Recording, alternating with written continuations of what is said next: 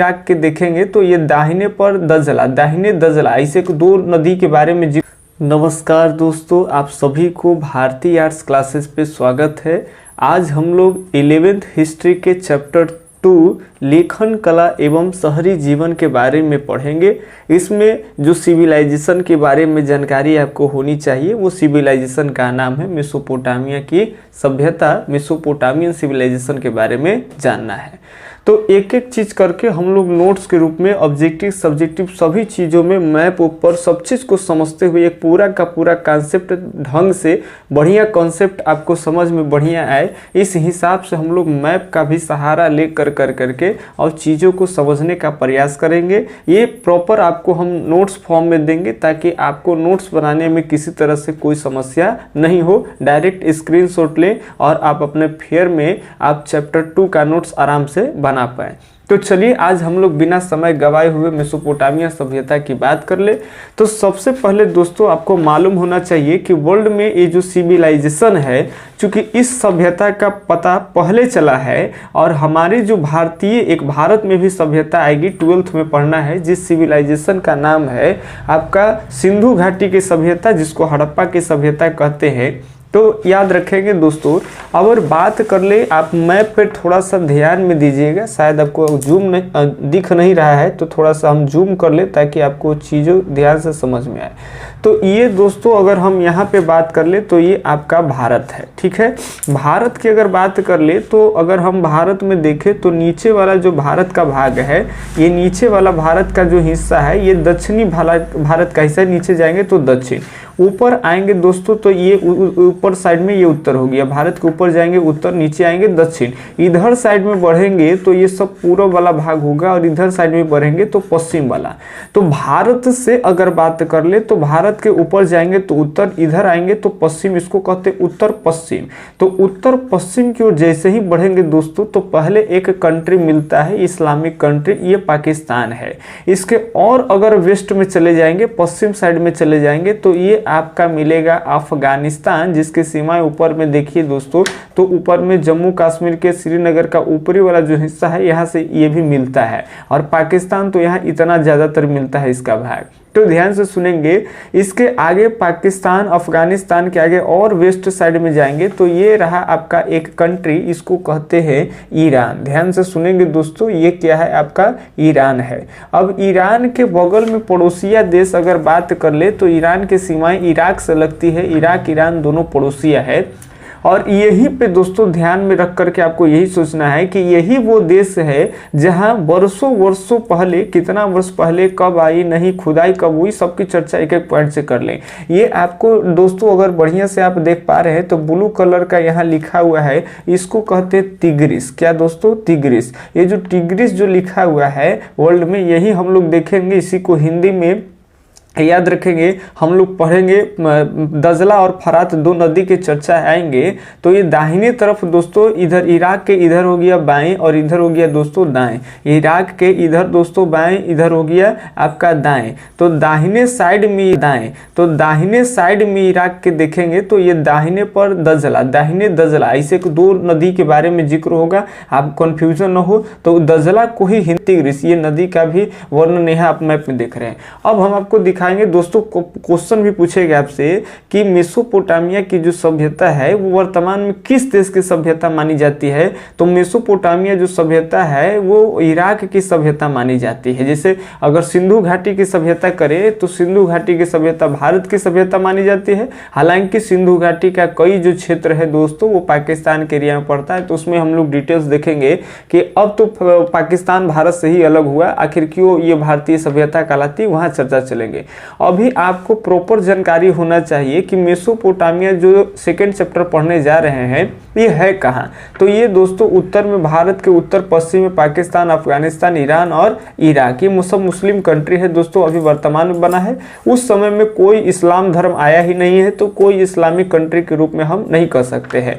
तो इसका भौगोलिक क्षेत्र देखें तो इधर से 2-3 देश पार करेंगे तो इधर एक सभ्यता डेवलप हुई थी जिसको कहते हैं मेसोपोटामिया की सभ्यता, और बाद में कुछ समय के बाद यहाँ पे एक सभ्यता डेवलप हुई भारत के उत्तर साइड में, और याद रखेंगे उत्तर पश्चिम से लेकर के पूर्व में आलमगीरपुर, इस सब चर्चा होगा। ये जो सिविलाइजेशन था दोस्तों यहाँ पे, इसको कहते थे सिंधु घाटी की सभ्यता। ये भारत की सभ्यता है पुरानी, और ये इराक की सभ्यता। लेकिन बता दें दोस्तों कि जिस तरह से अंग्रेज ने भारत पे कब्जा कर रखा था मॉडर्न टाइम में, उसी तरह से इराक पर भी ब्रिटिश का ही हुकूमत था। ध्यान में रहे दोस्तों, इराक का भी किसका हुकूमत, इराक पर किसका हुकूमत था? अंग्रेजों का। और भारत पर भी अंग्रेजों का ही हुकूमत था। तो इराक में दोस्तों 1840 के दशक की बात है कि इराक में 1840 ईस्वी में हम आपको बता दें कि यहाँ पर खुदाई का काम जो है शुरू हो गया। ध्यान से देखेंगे, अगर हम इराक के अभी दोस्तों बता दी, सबसे पहले यहाँ पे हम आपको ये भी साथे साथे बताते चले कि मेसोपोटामिया जो वर्ड है, ये मेसोपोटामिया वर्ड की जो उत्पत्ति हुई है, ये यूनान के दो शब्द, एक का नाम है दोस्तों मेसोस और दूसरा का नाम है आपका, याद रखेंगे, पोटैमोस। तो पोटैमोस जिसका अर्थ होता है, ध्यान से सुनेंगे, नदी, और मेसोस का अर्थ होता है मध्य। मेसोस का अर्थ क्या होता है दोस्तों? मध्य। पोटैमोस का अर्थ क्या होता है? नदी। यानी नदी के मध्य के जो सिविलाइजेशन है, जैसे यहाँ पे हम आपको दिखाएं कि दो नदी इराक में प्राचीन समय में हुआ करती थी। ये आपका दजला, इसका अभी भी जिक्र है, ये दजला नदी है। ये आपका जो है से कि फरात नदी, फरात बाईं ओर, दजला दाईं ओर। कभी कभी कंफ्यूजन होता है कि दजला दाईं है कि फरात दाईं है। तो द से दजला और द से दाईं ओर, यानी राइट साइड में अगर कोई नदी इराक की थी तो वो दजला, और इधर साइड में जो थी वो फरात। और इसी दो नदियों के बीच का जो एरिया आप दोस्तों देख रहे हैं, ये बीच के मैदानी वाला भाग काफी ज्यादा उपजाऊ था, और इधर ये सिविलाइजेशन डेवलप हुई थी दोनों नदियों के बीच में। इस सभ्यता का नाम पड़ा मेसोपोटामिया की सभ्यता। जैसा कि आप देख पाए कि मेसोपोटामिया की जो सभ्यता है, ये दो, मेसोपोटामिया जो वर्ड है, ये यूनान के दो शब्दों के मिलने से बना है, एक मेसोस और दूसरा क्या है आपका? पोटैमोस। ठीक है, जिसका अर्थ होता है नदियों के बीच। ठीक है, नदी के मध्य या बीच कह सकते हैं। आगे आप लिखे हैं कि ये दो नदियों दजला और फरात नदियों के, याद रखेंगे, बीच के सभ्यता है। अभी जैसा कि हम आपको बताएं, जो विश्व के पहली शहरी सभ्यता के रूप में मानी जाती थी। लेकिन एक बात आपको बता दें कि ये विश्व की पहली सभ्यता इसलिए मानी जाती थी शहरी में, क्योंकि उस टाइम में भारत में जो सभ्यता था उसकी खोज नहीं हो पाई थी। ध्यान से सुनेंगे, भारतीय जो सभ्यता, जिसको सिंधु घाटी की सभ्यता या हड़प्पा की सभ्यता कहते हैं, जो उत्तर भारत में था, ये प्रॉपर शहरी सिविलाइजेशन था, लेकिन इसकी पता नहीं चली थी। इससे पहले ये जो इराक में दजला फरात के बीच मेसोपोटामिया की सभ्यता थी, इसके बारे में 1840 के दशक में खुदाई हुआ तो पता चल गया।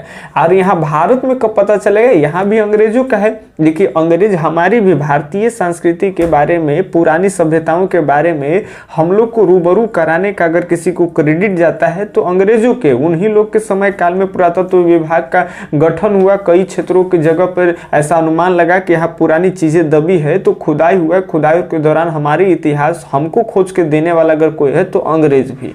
ठीक है, चलिए, तो ये ध्यान सुनेंगे, इधर साइड में हमारी सभ्यता का खुदाई वगैरह नहीं हुआ था, जानकारी नहीं थी। तो इराक में 1840 में पता चला, तो वर्ल्ड में ये पहला शहरी सिविलाइजेशन माना गया। लेकिन जब आगे चल कर करके 1920 के दशक की बातें कर लेंगे, तो जिसमें हम लोग पढ़ते हैं कि आगे चल करके 1921 में दयाराम साहनी के द्वारा जो है से कि वहाँ पे सबसे पहले हड़प्पा क्षेत्र की खुदाई हुआ। एक साल के बाद 22 में मोहनजोदड़ो की खुदाई हुआ राखालदास बनर्जी के नेतृत्व में। तो ये 1920 के बाद से यहाँ बहुत सारे क्षेत्रों की खुदाई हुआ, जानकारी हुआ। तो जब जानकारी हुआ दोस्तों, तो पता चला, अरे भैया, इराक से पुरानी सभ्य, इराक से ज्यादा शहरी, एकदम पूरा का पूरा सभ्य तरीके से ज्यादातर लोग इधर के क्षेत्र में रहते थे। यानी हड़प्पा वासी इराक से ज्यादा सभ्य थे, ज्यादा शहरी टाइप के रहते थे, नाली उली सबके व्यवस्था यहाँ अच्छी थी, इनसे कई ज्यादा अच्छा है। तो वर्ल्ड में पुरानी शहरी सभ्यता के रूप में अगर बात कर ले तो हो गया हड़प्पा की सभ्यता। लेकिन इस सभ्यता के बारे में जानकारी नहीं थी तब तक। ये सभ्यता था जिसको कहते थे इराक में दजला फरात की सभ्यता, यानी मेसोपोटामिया की सभ्यता। तो ये क्लियर हो गया। यही चीज दोस्तों लिखा हुआ है, आप गौर से देखें कि ये दो नदियों के बीच, दजला फरात नदियों के बीच की सभ्यता है जो विश्व में सबसे पुरानी सभ्यता मानी जाती है शहरी के रूप में। लेकिन यहाँ ब्रैकेट में लिखे हैं दोस्तों कि जब हड़प्पा की जानकारी नहीं थी तब, कंफ्यूजन नहीं, क्योंकि अक्सर क्या होते हैं कि बच्चे 11th में पढ़ते हैं कि मेसोपोटामिया की सभ्यता शहरी सभ्यता मानी जाती है, पुरानी शहरी सभ्यता सबसे भाई। और 12th में जाते हैं तो हड़प्पा में भी वो पढ़ते हैं कि ये बहुत पुरानी सभ्यता है, शहरी सभ्यता के रूप में देखे तो ये विश्व की पुरानी सभ्यताओं में से एक है। ठीक है, तो ये याद रहे कि हड़प्पा वाला जानकारी बाद में हुआ था और इससे पहले जो जानकारी हुआ था वो किसका हुआ था, तो मेसोपोटामिया की सभ्यता। तो ये हमने लिखा है कि बाईं ओर मेसोपोटामिया इराक में बहती थी और दाहिनी ओर दजला, और इसमें बीच का जो सिविलाइजेशन है इस सभ्यता का यहाँ जो लोग सब तरीके से रहना शुरू कर दिए तो इसको कहते हैं हम लोग मेसोपोटामिया की सभ्यता। जिसमें अगर बात कर ले तो मेसोपोटामिया के प्रमुख अगर शहरों के बारे में देखें तो ये आपका ऊर है, ऊर के ऊपर वाला जो हिस्सा था ऊपर वाला भाग में ये उरुक है। ठीक है, इसके अलावे यहाँ जो साइड में आप देख रहे हैं फरात नदी के पास, यहाँ पे एक शहर था मारी, और मारी के पास में ही आपका बेबीलोनिया वगैरह। धीरे धीरे कई क्षेत्रों की चर्चा करेंगे, अभी मेरे साथ आप 2-4 क्षेत्र की जानकारी ले ले।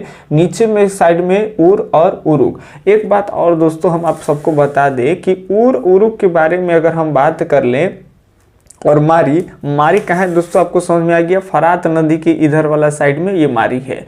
तो मारी और ऊर दो ऐसे शहर थे मेसोपोटामिया के, ध्यान रहे आपको, मारी और उरुक देखिए यहाँ लिखा है कि ये मेसोपोटामिया की खोज पुरातात्विकों ने 1840 के दशक में शुरू किए। ये दो ऐसे स्थल थे, इन दोनों स्थलों की खुदाई जो है वो काफी लंबे समय तक चलती रही दोस्तों। ये हमने यहाँ पे लिखने का प्रयास किया है, आप इसको देख सकते हैं। थोड़ा सा प्रॉब्लम हो रहा है दोस्तों दिखाने में आपको, ठीक है, लेकिन उसको भी हम दिखाने का प्रयास करेंगे आपको। ये आप इस तरह से स्क्रीनशॉट लेकर लिख सकते हैं कि भारत में इतने लंबे समय तक, ध्यान रहे, इतने लंबे समय तक किसी भी स्थल पर इतने लंबे समय तक खुदाई का प्रयोजन नहीं चली है। जरा कहने का मतलब ये नहीं दोस्तों समझ लीजिए कि भारत की बात कर, नहीं, इराक में जो खोजी गई है चीज़ों को, और भारत में भी कई जगह पे देखा गया है कि मेसोपोटामिया में भी जो कई क्षेत्रों की खुदाई हुआ, और अच्छा सिंधु घाटी की सभ्यता में भी कई क्षेत्रों की खुदाई हुआ, जैसे हड़प्पा की खुदाई होगा, मोहनजोदड़ो की खुदाई होगा, तो कई सारों की खुदाई होगा। तो भारत में इतने लंबे समय हड़प्पा का चला है ना, तो लूथल है, कालीबंगा है, इन सभी शहरों की खुदाई इतना लंबे समय तक नहीं चला है जितने लंबे समय तक उरुक और मारी की खुदाई हुआ। तो उरुक और मारी जैसे शहरों की जो खुदाई हुआ वो किस दशक में हुई, ये इंपॉर्टेंट है, तो 1840 के दशक में ये शुरू हुआ और धीरे धीरे निकल के आने लगी इस सभ्यता के बारे में। तो थोड़े थोड़े कर करके दोस्तों हम आपको एवरीडे वीडियो प्रोवाइड कराएंगे, चूंकि वीडियो बहुत लंबा हो जाता है। अगले दिन दोस्तों हम लोग इसमें देखेंगे क्या, हम आपको थोड़ी सी बातें बता दें। इसमें अगले दिन देखेंगे मेसोपोटामिया के आखिर क्यों महत्वपूर्ण था, कि जिसके कारण अंग्रेज जो है इसकी खुदाई करवाया। ठीक है, बहुत सारे फैक्ट्स बचे हैं दोस्तों, अगले